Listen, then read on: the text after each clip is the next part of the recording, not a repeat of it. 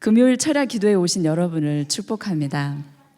이 귀한 시간에 정말 하나님을 깊이 만나는 시간이 되기를 소원합니다. 말씀에 들어가기 전에 제가 한 가지 좀 제안을 하고 싶습니다. 제가 말씀을 이렇게 설명할 때 여러분들이 추리소설을 읽듯이 그 관찰자의 눈으로 같이 따라와 보면 어떨까 하는 생각을 합니다. 한참 추리소설에 빠졌을 때 그런 생각을 했습니다. 왜 나는 작가처럼 생각을 하지 못할까? 그리고 왜 미리 이렇게 추리를 하지 못할까? 이런 생각을 했습니다. 그거는 작가가 의도적으로 다 알리지 않기 때문이죠.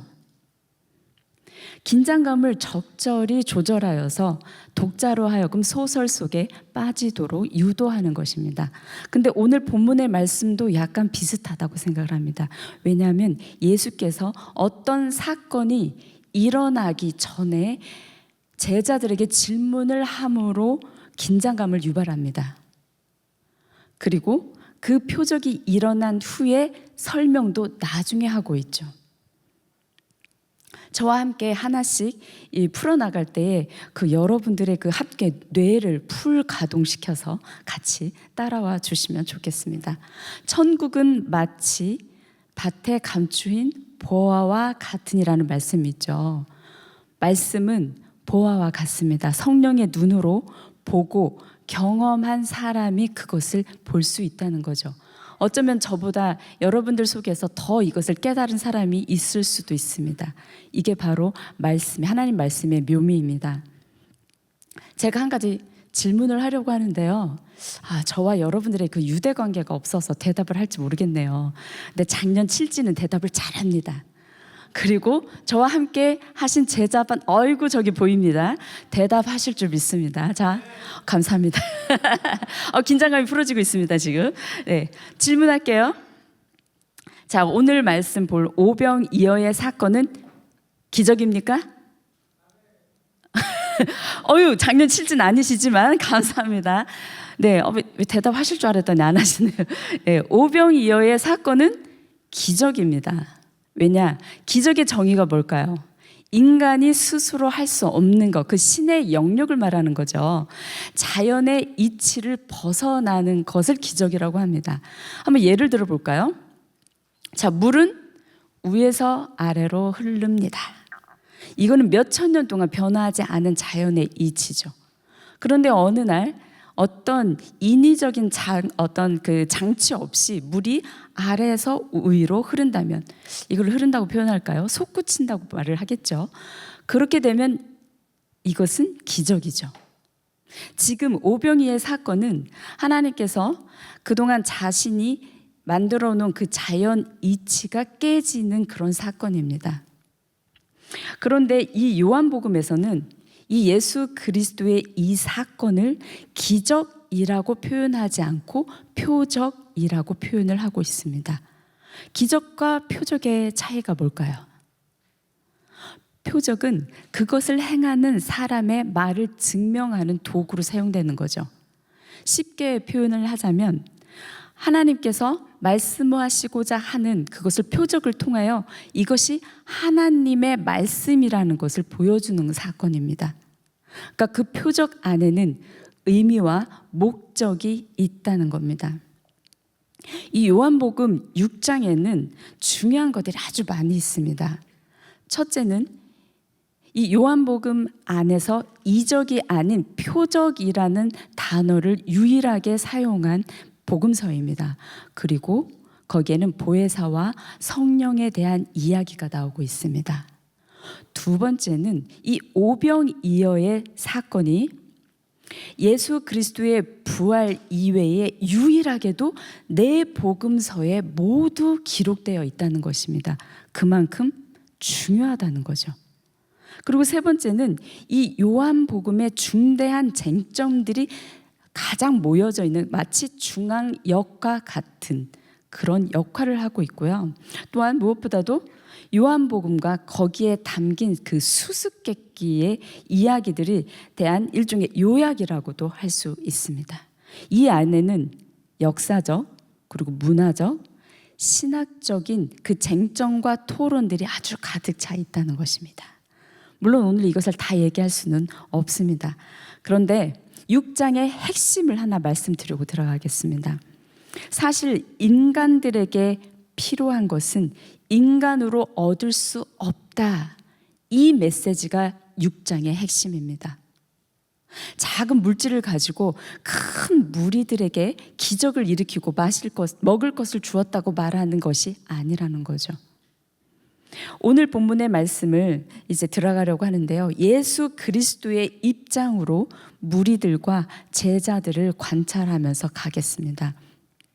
그것은 마치 추리소설에서 살인 사건이 먼저 일어난 후에 단서들을 하나씩 찾아가면서 범인을 찾듯이 여러분들도 함께 이 무리들과 제자들을 묘사할 때 그렇게 한번 찾아가 보기를 원합니다. 오늘 이 사건의 때와 배경을 먼저 한번 살펴볼게요. 1절에 보면 그때에 라는 단어가 나오죠. 이것은 그 앞에 어떤 사건 이후에 라는 의미가 됩니다. 근데 요한복음에서는 그 사건에 대해서 구체적으로 이야기를 하지 않고 있습니다. 다만 공간복음, 나머지 복음서들을 통해서 어떤 사건들이 있었는지 조금 유추해 볼 수 있습니다. 첫째는 이 요한복음에서 첫째는 이 헤롯이 세례 요한을 죽였던 그 사건이 있습니다. 그 다음 두 번째는 예수 그리스도께서 12 제자를 2명씩 전도 사역을 보냅니다. 거기에서 귀신들이 떠나가고 또 병자들이 기름을 바름으로 낫는 사건들이 일어나죠. 그걸 통해서 예수 그리스도의 인기가 올라가기 시작합니다. 그 소문을 듣고 세 번째 헤롯 왕이 되게 놀라는 당황하는 사건, 이 세 가지 사건이 연달아 일어난 그 후에라는 표현이 지금 나타나고 있습니다. 지금 이런 배경 속에 있다는 거죠. 이것을 누가복음 9장 6절에서 9절 말씀을 통해서 한번 보도록 하겠습니다. 같이 한번 읽겠습니다. 시작. 제자들이 나가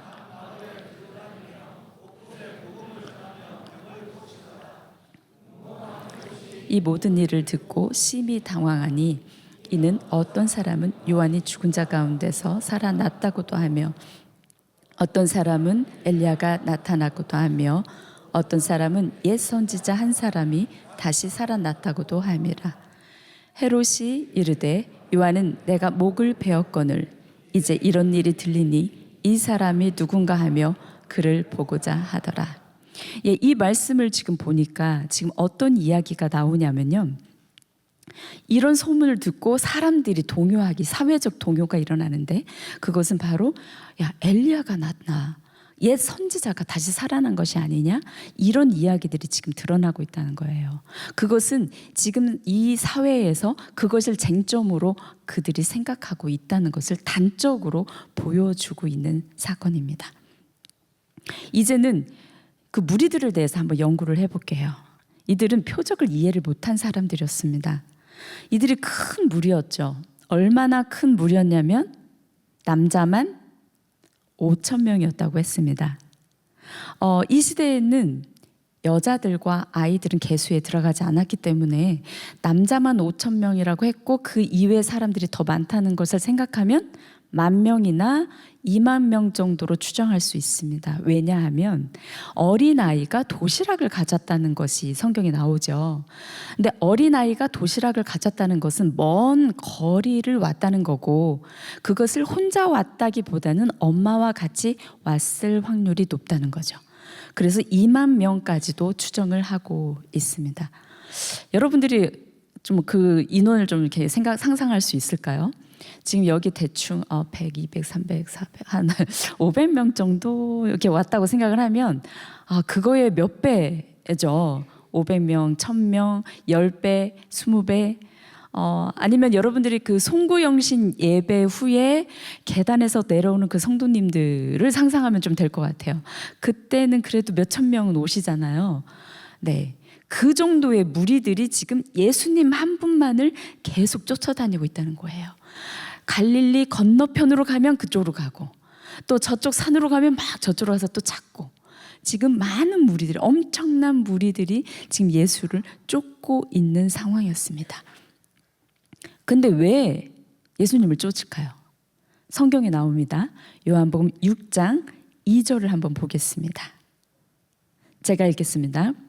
큰 무리가 따르니 이는 병자들에게 행하시는 표적을 보았음이러라. 자, 요한은 지금 뭐라고 말을 하고 있냐면, 이들이 따르는 그 이유는 표적의 진짜 의미를 아는 것이 아니라 그 병자가 낫고 자기 문제가 해결됐기 때문에 따른다라는 것을 지금 지적하고 있는 부분입니다. 그럼 다른 거를 한번 볼게요. 요한복음 6장 26절입니다. 이건 여러분들이 한번 읽겠습니다. 시작. 대답하여 이르시되 내가 진실로 진실로 너에게 이르노니 나를 찾는 것은 표적을 본 까닭이 아니요 떡을 먹고 배부른 까닭이로다. 네, 우리가 성경을 빨리빨리 읽다 보면 지금 좀 이렇게 다른 점이나 이런 걸 관찰하기가 좀 쉽지 않은데요, 여기에 이상한 점이 하나 있습니다. 혹시 발견했을까요? 작년 칠진이 없어서 대답을 못 하시는군요. 네, 여기서 보면 표적 6장 2절에 보면 표적을 너희들이 보았다라고 얘기를 합니다. 근데 6장 26절에 보면 너희들이 표적을 본 까닭이 아니다 이렇게 표현을 하고 있어요. 아니, 여기서는 표적을 봤다고 했는데 왜 여기서는 표적을 보지 않았다고 했을까요? 그것은 그 원어의 뜻을 보면 조금 알 수가 있습니다. 6장 2절에서의 보다라는 것은 인식하다, 관찰하다라는 뜻이 있습니다. 그것은 병자들이 고치는 그 표적을 육체적인 눈으로 보았다는 거죠. 그런데 26절에서 보지 못했다고 했을 때 그 보다라는 것은 알다, 깨닫다, 이해하다라는 뜻이 있습니다. 그 말은 이 표적의 그 표면적 이면에 있는 더 깊은 것을 알았다라는 의미가 있다는 겁니다. 그러니까 이 무리들은 예수 그리스도께서 표적을 일으키셨지만 그 진짜 표적의 의미를 깨달은 것이 아니라 그냥 병 고치는 모습, 나에게 많은 떡을 주시는 예수 그리스도로만 이해를 했다는 거죠. 그러면 예수께서는 왜 표적을 보여주셨을까요? 특별히 요한복음에서는 이 표적이라는 단어를 사용할 때는 이렇게 사용합니다. 예수가 하나님의 아들이시다. 그리고 구세주이시다. 그리고 그 구세주이신 예수 그리스도께서 바로 영생을 주시는 분이다. 이것을 알리기 위해서 표적을 사용하고 있습니다. 그게 바로 요한복음을 쓴 목적입니다. 요한복음 20장 31절을 한번 같이 읽어보도록 하겠습니다. 시작. 기록함은 너희로 예수께서 얻게 하려 함이요 또 너희로 믿고 그 이름을 힘입어 생명을 얻게 하려 함이니라. 네, 바로 이거죠.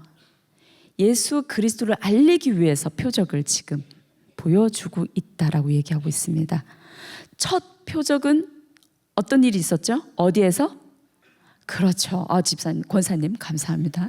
네, 가나안 혼인 잔치, 바로 그곳에서 첫 표적이 일어났습니다.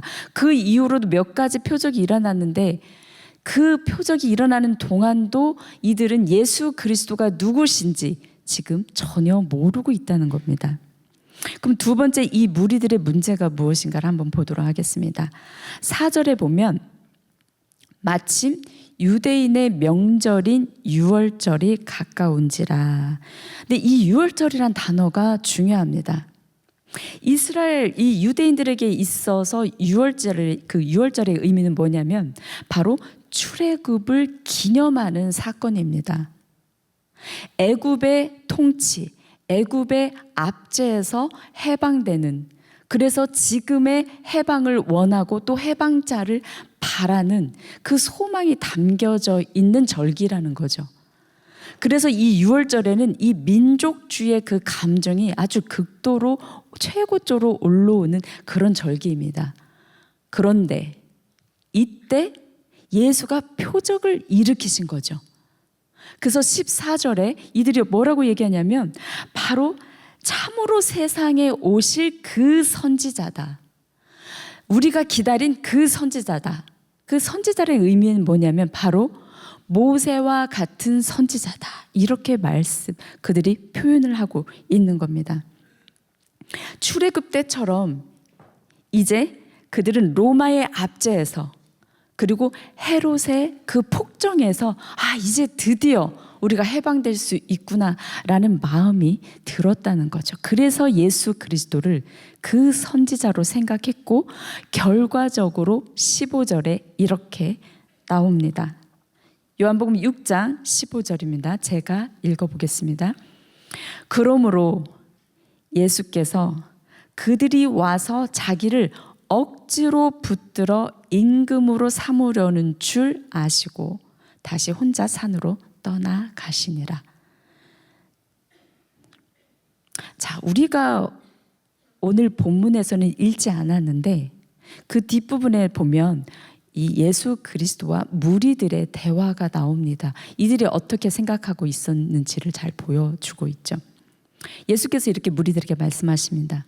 너희들이 나를 찾는 이유는 배가 부르기 때문이다. 그러면서 썩을 양식을 위해서 일하지 말고 영생하도록 있는 양식을 위해서 일하라. 그러니까 그들이 질문하죠.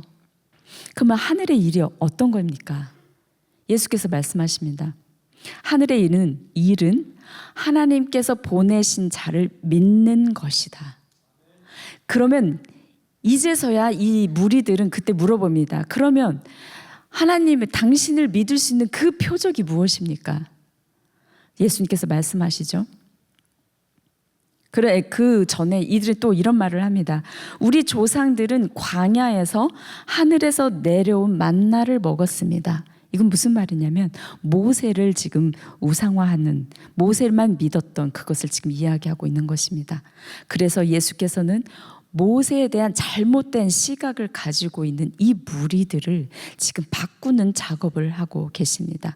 요한복음 6장 32절에 보면 모세가 너희에게 하늘로부터 오는 떡을 준 것이 아니다.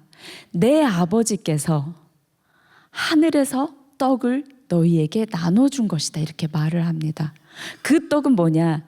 참 생명, 그리고 영원히 배고프지 않는 진정한 생명이신 예수 그리스도에 대해서 얘기를 하고 있는 것입니다. 이들은 지금 모세의 율법에 갇혀 있어서 참된 양식이신 예수 그리스도를 제대로 보지 못하고 있는 거죠. 모세는 예수 그리스도의 모형입니다. 자, 모형이라는 것은 진짜가 오면 이 모형은 사라지죠. 필요 없는 거죠. 더 이상 있을 필요가 없는 겁니다. 하지만 진짜 예수 그리스도, 참된 생명이신 예수 그리스도가 오셨지만 이들은 아직도 모형에 갇혀 있다는 겁니다. 예수님을 보지 못하고 있는 거죠. 어쩌면 지금도 우리가 우리의 신앙 속에 갇혀서 내가 만난 예수님, 내가 그동안 경험했던 나의 신앙에 갇혀서 참된 예수님을 지금 못 보고 있는지도 모르겠습니다. 예수님은 지금 계속 말씀하십니다. 이제는 너희들이 업그레이드 될 때이다. 한 단계 올라갈 때이다. 이렇게 말씀하고 계십니다. 그러나 우리가 영적인 눈이 뜨이지 않은 사람들은 모두 이렇게 무리들처럼 이야기하고 행동할 수밖에 없습니다. 왜냐하면 이 세상에 살면서 우리는 그런 육적인 떡과 육적인 문제를 해결해 줄 예수 그리스도를 바라기 때문입니다. 예수님은 지금 말씀하시죠. 내가 보여주는 이 표적은 병자를 고치거나 또한 육적인 배고픔을 해결해 주기 위해서 보여주는 것이 아니다. 내가 참된 떡이고 내가 참된 생명이라는 것을 지금 보여준다 말씀하고 있습니다. 자, 이제는 좀 제자를 조금 보려고 합니다. 그렇다면 이제 성공적인 그 전도 여행을 끝나고 온 제자들, 그리고 예수 그리스도의 옆에서 최측근으로 오랫동안 같이 있었던 이 제자들은 어떤 생각을 가지고 있을까요? 예수님과 또 빌립의 대화를 한번 보도록 하겠습니다. 본문 6장 5절부터 7절의 말씀입니다. 여러분이 한번 읽겠습니다. 시작.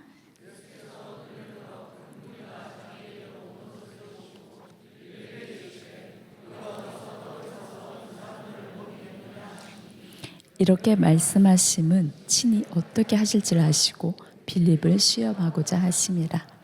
빌립이 대답하되 각 사람으로 조금씩 받게 할지라도 200데나리온 떡이 부족하리이다.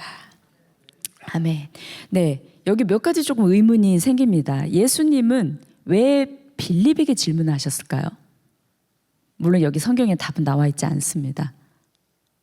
그런데 빌립과 안드레가 14km 떨어진 밧세다 출신 사람들이었습니다. 그 말은 지금 이 잔디에 모인 그 고원에 모인 이 사람들의 상황을 잘 알 수 있다는 거죠. 지형 지물도 알고 또 어디에서 떡을 얻을 줄도 알고 또 날이 저물었을 때는 음식을 구하기가 어렵다는 것을 잘 아는 자들이라는 겁니다. 예수님께서는 이미 그것을 알고 계셨을 것입니다. 그래서 빌립에게 질문하지 않았을까라고 추정을 합니다. 근데 또 두 번째, 예수와 빌립의 그 대화에서 조금 이상한 장면이 있습니다. 예수님께서 그렇게 물어보시죠. 어디서 떡을 사서 이 사람들을 먹일까? 그랬더니 빌립이 뭐라고 대답합니까? 돈 없는데요. 이렇게 얘기를 하죠. 보통 우리가 떡은 어디서 사지? 이렇게 질문하면 대답을 어떻게 하죠? 너무 작아서 잘 안 들리네요. 누가 좀 크게 해주면 좋겠는데 다시 한번 물어볼게요. 떡은 어디서 사죠? 감사합니다. 그렇죠. 떡집인데 술집으로 들은 줄 알고 깜짝 놀랐어요. 네, 떡은 어디서 사죠? 이렇게 물어보면 떡집이요. 이게 정상적인 대답이죠. 그러니까 어디서 사냐 이렇게 장소를 물어봤습니다. 그러면 당연히 빌립은 장소로 대답을 했어야 돼요. 근데 어디서 삽니까? 했더니 돈이 없어요. 그 왜 그럴까요? 빌립은 지금 현실적인 문제를 너무 잘 알고 있었다는 겁니다. 자, 남자만 5,000명, 전체는 거의 2만 명. 그런데 이들에게 가지고 있는 것은 5평 2어. 예, 떡 5개와 물고기 2마리. 돈도 없어요. 그러면 돈도 없는데 이 수많은 사람들을 어떻게 먹을 것인가? 당연히 그거에 대한 해답이죠. 그래서 빌립이 이렇게 얘기하죠. 이 사람들에게 아주 조금씩만 준다고 해도 200데나리온이 필요합니다. 그 이 화폐 가치를 조금 따져볼게요. 자, 한 데나리온은 이 당시의 노동자 하루 품삯입니다. 그러니까 안식일과 그 절기, 휴일을 다 빼고 꼬박꼬박 일을 해서 8개월을 일해야 그러니까 한 사람이 200데나리온을 얻을 수 있는 겁니다. 그런데 지금 200데나리온이 문제가 아니죠. 그러니까 조금씩 먹일 때 200데나리온인데 그 2만 명이 만약에 좀 배부르게 조금 더 풍성하게 먹는다고 한다면 200데나리온이 아닌 턱없이 모자라겠죠. 그것을 너무나 잘 알고 있었기에 예수 그리스도가 어디서 얻을까요? 이렇게 물었을 때 계산을 한 겁니다. 예산 비용을 계산한 거죠. 아니 이 수많은 사람들을 과연 어떻게 돈도 조금밖에 없는데 돈도 없는데 어떻게 먹일까라는 현실적인 대안을 이야기했던 것입니다. 굉장히 어떻게 보면 합리적인 대답일 수가 있습니다. 자, 그런데 놀라운 게 하나 있습니다. 이 빌립처럼 비슷한 대사를 한 사람이 구약에도 있어요. 누구냐면 바로 모세입니다. 민수기 11장 13절을 제가 한번 읽도록 하겠습니다. 이 모든 백성에게 줄 고기를 내가 어디서 얻으리이까? 그들이 나를 향하여 울며 이르되 우리에게 고기를 주어 먹게 하라 하온즉. 자, 지금 이 상황은 어떤 상황이냐면 매일 이스라엘 백성들이 광야에서 만나만 먹었어요. 굉장히 오랫동안요. 그러니까 이젠 질렸던 거죠. 이스라엘 백성들 그 안에는 다른 인종들이 살고 있으면서 이들이 그들의 욕망을 드러냈습니다. 그래서 같이 살고 있는 이스라엘 백성들도 동요가 일어났어요. 그래서 울면서 지금 모세에게 얘기하는 겁니다. 우리에게 고기를 주세요. 나도 배고파요. 만나 말고 다른 것도 먹고 싶어요. 이렇게 얘기를 하는 거죠. 근데 모세가 그것을 보고, 자, 이때 몇 명이었죠? 제가 자꾸 질문하네요. 왜냐하면 여러분들이 알고 있을 거라고 생각하기 때문입니다. 이때 당시에 이스라엘 백성들이 몇 명이었냐면 싸울 수 있는 장정만 공부 열심히 하신 분 60만 명이 있었어요. 그럼 또 그쪽을 보고 질문하고 싶네요. 그러면 그 장정 말고 그 백성들 다 하면 몇 명일까요? 감사합니다. 역시 삼일교회 성도님들 똑똑하십니다. 네, 약 200만 명으로 추정을 합니다. 그런데 모세한테 와가지고 고기 주세요, 고기 주세요. 지금 어디에서 얘기하는 거예요? 광야에서. 농사 짓는 것도 아니에요. 가축을 지금 기르는 것도 아니에요. 그런데 지금 하늘에서 만나고 오는 것도 기적인데 그 기적을 매일 체험하고 있는 이 사람들이 이제는 욕심을 내서 고기 주세요, 고기 주세요. 60만 명, 200만 명이 지금 외치고 있다는 겁니다. 고민할 만하죠, 인간적으로 봤을 때. 그런데 여기에 대한 대답을 하나님께서 이렇게 말씀하셨습니다. 민수기 11장 23절입니다. 자, 이것도 여러분들이 같이 읽겠습니다. 시작. 모세에게 이르시되 여호와의 손이 짧으냐 네가 이제 내 말이 내게 응하는 여부를 보리라. 네, 하나님께서는 어떻게 보면 좀 짜증나신 것 같기도 하고요. 야, 내 손이 짧으냐? 내가 못할 것 같으냐? 약간 이런 뉘앙스가 조금 있긴 한데요. 하나님께서 만나를 주신 그 하나님께서 이제는 메추라기를 어디에서? 하늘에서 보냅니다. 그래서 그 200만 명의 많은 사람들을 다 먹이는 사건이 있죠. 구약이나 신약이나 그리고 현대를 살고 있는 우리나 다 사람들은 똑같은 것 같습니다. 예수 그리스도의 그 능력을 믿지 못하기 때문에 이런 원망이 나오고 있습니다. 참 변함이 없네요. 그런데 6절을 한번 볼게요. 6절을 보면 예수 그리스도가 빌립에게 이렇게 말을 하죠.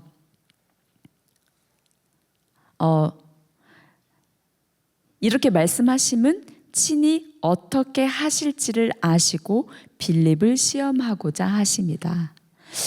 이거를 언뜻 보면 이렇게 생각할 수 있습니다.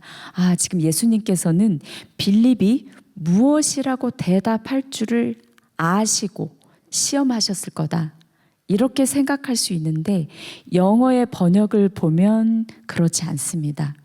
예수님께서는 이 사건을 일으키시기 전에, 그리고 빌립에게 말하기 전에 어떤 일을 하실지, 그리고 그 해답을 이미 알고 계시지만 빌립에게 질문을 한다, 시험을 하신다라는 그런 뜻으로 이해할 수 있습니다.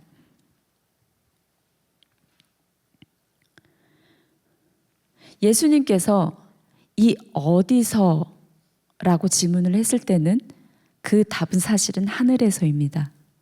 그리고 더 실제적으로 따진다면 예수 그리스도께서이죠. 요한복음 6장 51절에 그 해답이 나와 있습니다. 요건 제가 한번 읽어볼게요. 나는 하늘에서 내려온 살아있는 떡이다. 예수 그리스도가 지금 떡이라고 말씀하고 있습니다. 그리고 사람이 이 떡을 먹으면 영생하리라. 놀랍지 않습니까? 지금 예수님 뭐라고 말씀하시냐면 내가 살아있는 떡이다. 너 나를 먹어야 너 영원한 생명 얻을 수 있어. 지금 이렇게 말씀하시고 있는 겁니다. 여러분 식인종도 아니고 예수님 어떻게 먹어요? 네, 그러면서 내가 줄 떡은 곧 세상의 생명을 위한 내 살이니라 하니라. 이 말을 듣고 너무 이 무리들도 이해할 수가 없었습니다. 너무 어려워서 12제자 이외에 예수를 따르는 많은 제자들이 있었는데 그 제자들이 떠나갔다라고 합니다. 이해할 수 없었기 때문이죠. 그 현실적인 계산을 잘하는 빌립도 예수를 몰랐기 때문에 예수님의 그런 질문에 대답을 할 수 없었다는 거죠. 자, 인간은 누군가의 설명이나 강론으로 구원을 얻을 수가 없습니다. 바로 예수 그리스도께서 지금 이렇게 살과 내 생명의 떡을 주겠다, 예수 그리스도 자신을 내어주는 이런 사건이 있지 않으면 우리는 구원받을 수 없다는 것을 지금 보여주고 있는 것입니다. 자, 이 시험은 지금 빌립에게 망신을 주려 하거나 또는 실패하게 하려고 하는 시험이 아닙니다. 오히려 믿음을 굳건하게 하기 위해서 주는 시험이죠. 마치 아브라함이 이삭을 바치는 그런 시험과도 같습니다. 여러분, 여기 지금 청년들 많이 계신데 여러분 학교에서 시험 보시죠? 지금은 기말고사 끝날 때 정도일까요? 아직인가요? 네. 시험 왜 보죠? 누가 1등인가 알아보기 위해서 보나요? 아니면 공부 못하는 사람, 저 때는 좀 때렸습니다, 선생님들이 중고등학교 때. 그럼 못하는 사람 때려가지고 실력을 올리려고 시험 보나요? 아니죠. 시험을 보는 이유는 그 시험을 봄으로 인하여서 나의 현 상태를 알 수가 있습니다. 그러니까 내가 무엇을 아는지 또 무엇을 모르는지 그것을 알 수 있다는 거죠. 지금 빌립에게 예수 그리스도가 질문하셨을 때 빌립은 알았을 겁니다. 내가 이런 사람이구나. 내가 이것밖에 안 되는 사람이구나. 그것을 언제 더 알았을까요? 표적이 일어났을 때. 빌립에게 그렇게 하셨듯이 예수님께서는 때로 우리에게 내가 해결할 수 없는 어려운 상황에 우리를 처하게 놓으실 때가 있습니다. 이럴 때 우리는 빌립처럼 좌절하거나 또 열등감을 느낄 수 있습니다. 왜냐하면 하나님의 그 풍성하신 자원과 능력을 보기보다는 내가 가지고 있는 그 조그만 자원 그리고 나의 한계만을 생각하기 때문에 우린 좌절을 하죠. 그러나 좌절은 하나님이 원하시는 그 방법이 아닙니다. 의도하신 것이 아닙니다. 이 상황을 허락하신 그 예수님께서는 우리 인생의 답도 이미 아십니다. 우리 미래에 어떻게 될 것인가 인생을 이미 다 아시는 그분께서 지금 우리에게 질문을 하신다는 겁니다. 왜냐? 우리가 성장하기를 원하시죠. 우리가 앞으로 나아가기를 원합니다. 때로는 하나님께서는 이런 어려움을 통해서 또 내가 해결할 수 없는 그런 상황을 통해서도 주님은 일하십니다. 여기에 안드레에 대한 좀 이야기를 해보려고 합니다. 요한복음 6장 9절에 보니까 안드레가 이렇게 얘기하죠. 여기 한 아이가 있어 보리떡 5개와 물고기 2마리를 가지고 있나이다. 그러나 그것이 이 많은 사람들에게 얼마나 되겠사옵나이까. 여러분들은 이 두 제자를 보면 어떻습니까? 누가 조금 더 신앙이 있어 보여요? 빌립은 딱 예수님이 질문했을 때 돈 없어요. 그거 안 돼요. 한마디로 딱 얘기를 했죠. 거절했죠. 그런데 지금 빌립은 어떻게 했습니까? 아이의 도시락이라도 가져와서 비록 작지만 보리떡 5개와 물고기 2마리를 가지고 예수님 앞에 나갔습니다. 비록 작지만 이거라도 가지고 어떻게 좀 해주세요. 이런 의미인가요? 어떻게 보면 신앙이 있어 보이기도 합니다. 하지만 꼭 그렇진 않습니다. 왜냐하면 그 다음 말을 보면 이렇게 얘기하죠. 그것이 이 많은 사람들에게 얼마나 되겠습니까? 요한이 이 안드레의 사건을 묘사한 것은 얼마나 작은 것인가, 이 무리들이 얼마나 많은 것인가를 사실은 강조하기 위한 것이었습니다. 2만 명이 넘는 그 수많은 사람들 앞에서 안드레가 가지고 온 것은 그냥 작은, 그것도 어린아이의 음식이었죠. 여기 보면 보리떡 5개라고 했습니다. 그것은 이 로마 시대 때 가난한 사람들이 먹는 것이었습니다. 그리고 물고기도 2마리였지만 그 절인 것, 그래서 아무래도 그 말린 것인데 어린아이가 먹을 수 있는 그 자그마한 물고기가 아닐까 이렇게 이야기를 하고 있죠. 그런데 놀랍게도 예수 그리스도께서는 그 불신앙적인 말을 한 그 안드레가 가지고 온 그 물고기 2마리, 보리떡 5개를 가지고 하나님께서 일을 시작하십니다. 왜 그러셨을까요? 사실은 기독교가 이런 모습일지도 모릅니다. 2만 명이라는 이 세상에 큰 무리들이 있는 앞에서 예수 그리스도가 가지고 있는 것은 다만 보리떡 5개와 물고기 2마리.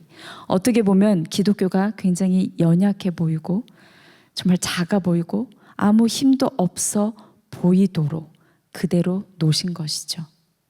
그러나 그 속에는 무엇이 있습니까? 생명이 있습니다. 능력이 있습니다. 예수 그리스도께서는 기적을 일으키실 수 있는 분이십니다.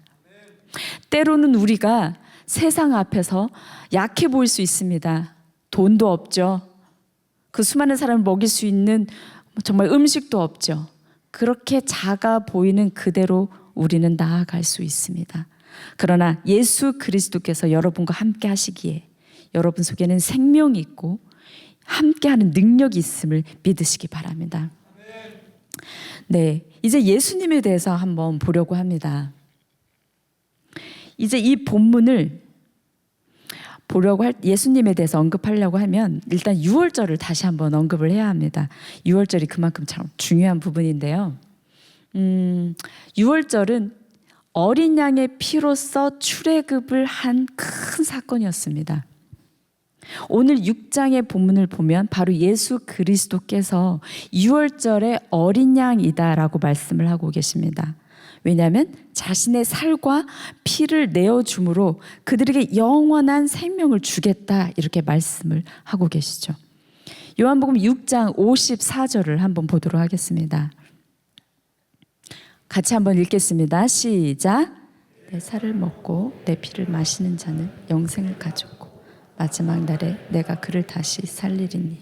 네, 이 본문의 표적을 통해서 주님은 자신이 생명의 떡이다. 그리고 바로 구원자다. 지금 이렇게 말씀을 하시고 있죠. 내 살을 먹고 내 피를 마셔야 된다. 이 오병이어의 사건은 사실 예수 그리스도가 십자가에서 죽을 것을 예고하는 사건입니다. 그리고 성만찬을 예시하고 있습니다. 그걸 어떻게 알 수 있냐면 이 단어입니다. 바로 축사하시고, 이것과 요한복음에서는 나오지 않는데 마가복음에서는 떡을 떼다라는 표현이 나옵니다. 자, 축사하고 떡을 떼다. 이것이 또 어디에 나오냐면 고린도전서 11장 24절 25절에 나옵니다. 제가 24절 읽고 여러분이 25절 읽겠습니다. 축사하시고 떼어 이르시되 이것은 너희를 위하는 내 몸이니 이것을 행하여 나를 기념하라 하시고.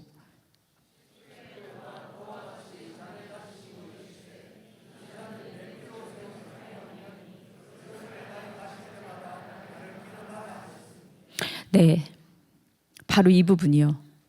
축사하시고 떼어서 그들을 위해서 말하죠. 이게 내 몸이다. 그리고 이게 내 피다. 너희들은 마셔라. 바로 이게 그 성만찬의 예시를 이 오병이어를 통해서 보여주고 있다는 겁니다. 예수께서 이 유월절에 표적을 보이신 것은 그렇게 그들이 고대하던 그 선지자가 바로 나다. 이것을 알려주기 위함이었습니다.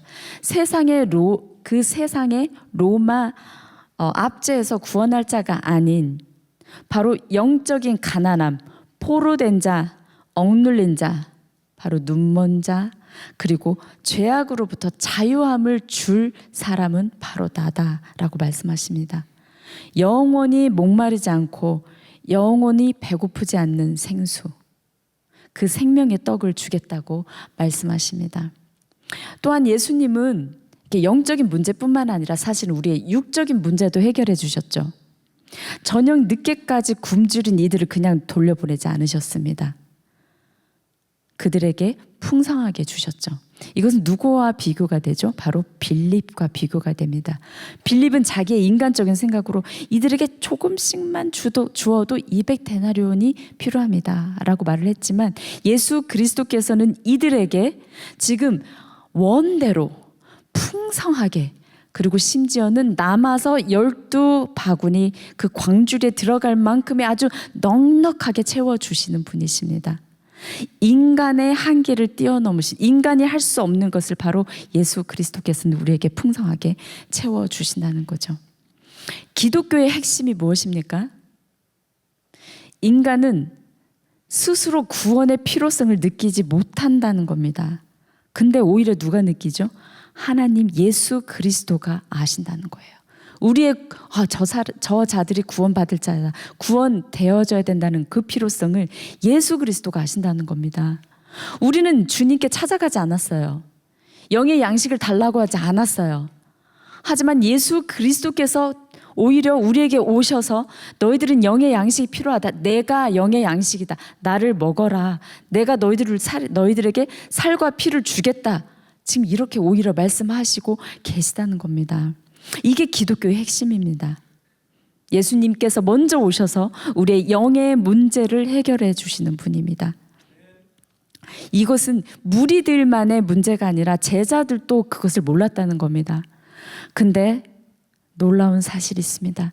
예수 그리스도께서는 그런 부족하고 또 예수를 잘 알지 못하는 무지한 이 제자들을 사용하셨습니다. 어떻게 해요? 먼저 배부르게 먹이셨고 그 생명의 떡을 나누는 자로 우리를 사용하셨습니다. 또한 그 표적을 목도할 수 있는 특권을 우리에게 주셨습니다. 저는 선교가 이런 것이라고 생각합니다. 먼저 그리스도로부터 배불리 먹고 충만히 먹은 우리가 그리고 생명의 떡을 나누는 자로 나아갈 수 있습니다. 그럴 때에 그 바로 선교지에서 그들과 여러분이 함께 그 기적을 목도할 수 있는 특권을 누릴 것입니다. 자, 오늘 제목이 뭐였는지 혹시 아실까요? 기억하시네요. 제가 모를 줄 알았는데, 저도 잘 모르는데, 네, 진짜 기적이란 제목이었죠. 그거에 대한 이제 이야기할 때가 된 것 같습니다. 자, 예수의 질문에 현실적으로 대답을 했던 빌립이 예수가 부활하시고 그리고 성령이 임하신 후 어떻게 변했는지 아십니까? 빌립은 이제 성령이 이끄시는 대로 광야로 나가서 에티오피아 그 내시에게 복음을 전하는 자로 바뀌었습니다. 그때 이 빌립은 제가 어디로 갈까요? 몇 킬로 떨어졌을까요? 돈은 얼마 필요해요? 누구를 만나야 돼요? 뭐라고 해야 돼요? 이런 질문을 절대 하지 않았습니다. 그냥 성령이 이끄시는 대로 그대로 순종하고 갔다는 것입니다. 죽은 나사로가 살아난 거 기적이죠. 근데 그 죽은 나사로가 영원히 살았나요? 또 죽었잖아요.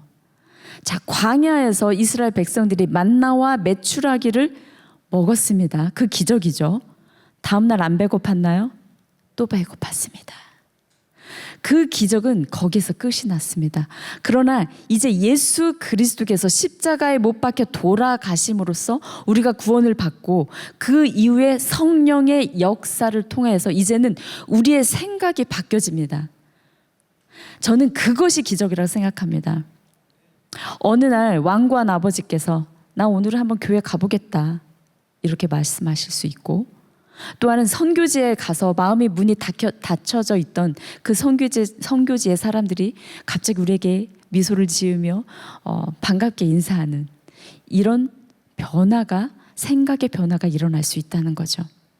언제 어디서 어떻게 성령의 역사가 일어날지 우리는 알지 못합니다. 다만 우리는 순종할 뿐입니다. 주님이 일으키시는 그 기적을 여러분 보고 싶습니까? 그럼 그 현장으로 가십시오. 지금 바로 일어설 때입니다. 성령이 이끄실 때가 바로 일할 때입니다. 그렇게 함께 나아가시는 여러분들이 되기를 간절히 기도합니다. 네, 오늘 이 시간에 우리 같이 찬양으로 나아가기를 원합니다. 십자가를 참으신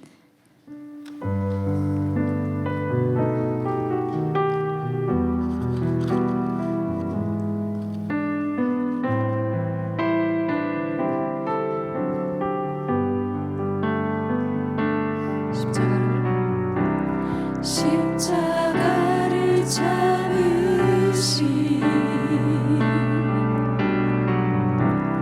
어린 양 예수, 내 죄 씻어주시고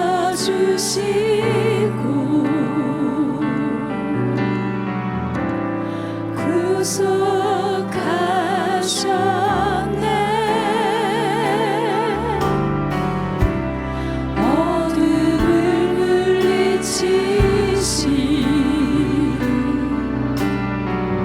세상의 빛 예수, 영광의 빛 비추사 자유케 하시네.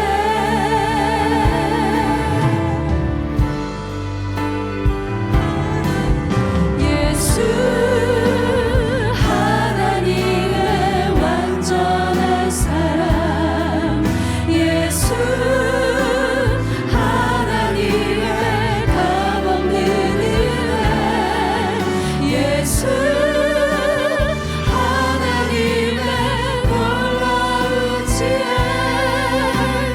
아름다운 그 이름 예수.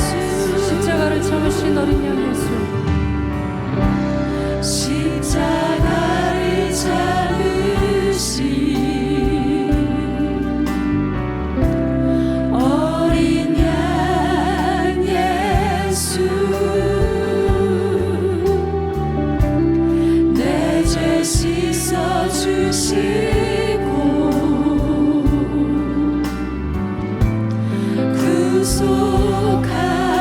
구속하셨네. 어둠을 물리치신 세상의 빛 예수, 영광의 빛 비추사 자유케 하시네. 예수 하나님의 완전한, 예수 하나님의 완전한 사랑, 예수 하나님의 값없는 은혜, 예수 하나님의 놀라운 지혜, 아름다운 그 이름 예수 하나님의 완전한 사랑, 예수 하나님의 완전한 사랑, 예수 하나님의 값없는 은혜, 예수 하나님의 놀라운 지혜, 아름다운 그 이름 예수. 오늘 말씀을 붙들고 기도하기를 원합니다. 나의 한계를 깨닫게 하시고 나의 힘으로 사는 것이 아닌 하나님의 능력으로 살게 하여 주시옵소서. 하나님을 제한하지 말고 생명의 주, 영원한 생명의 주님을 알게 하여 주시옵소서. 받은 자로서 이젠 생명을 떡을 나누는 자가 되게 하여 주시옵소서. 이 말씀을 가지고 주님의 이름에 한번 부르시고 같이 기도하시겠습니다. 주여